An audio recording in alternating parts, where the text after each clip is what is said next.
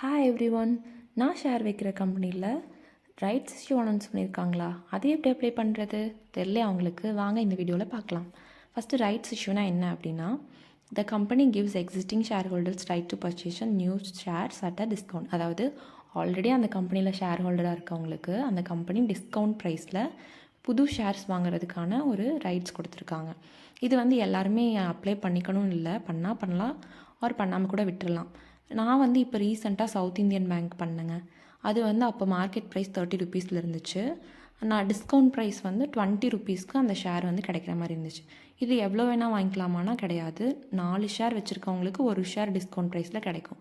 நான் 19 ஷேர் வச்சுருந்தேன். ஸோ எனக்கு 4 ஷேர்ஸ் வாங்குறதுக்கான எலிஜிபிள் இருந்துச்சு. இதை எப்படி அப்ளை பண்ணுறது அப்படின்னு பார்த்தா, உங்களோட பேங்க் அக்கௌண்ட் எடுத்துக்கோங்க. அதாவது டிமேட் அக்கௌண்ட் கூட லிங்க் ஆனது. அதில் ஏஎஸ்பிஏ அப்படிங்கிற ஆப்ஷனை சூஸ் பண்ணிவிட்டு உங்கள் டிமேட் அக்கௌண்ட் நம்பரை வச்சு ரிஜிஸ்டர் பண்ணுங்கள். அதுக்கப்புறமா ஐபிஓவை சூஸ் பண்ணிவிட்டு அதில் சவுத் இந்தியன் பேங்க்கை சூஸ் பண்ணுங்கள்.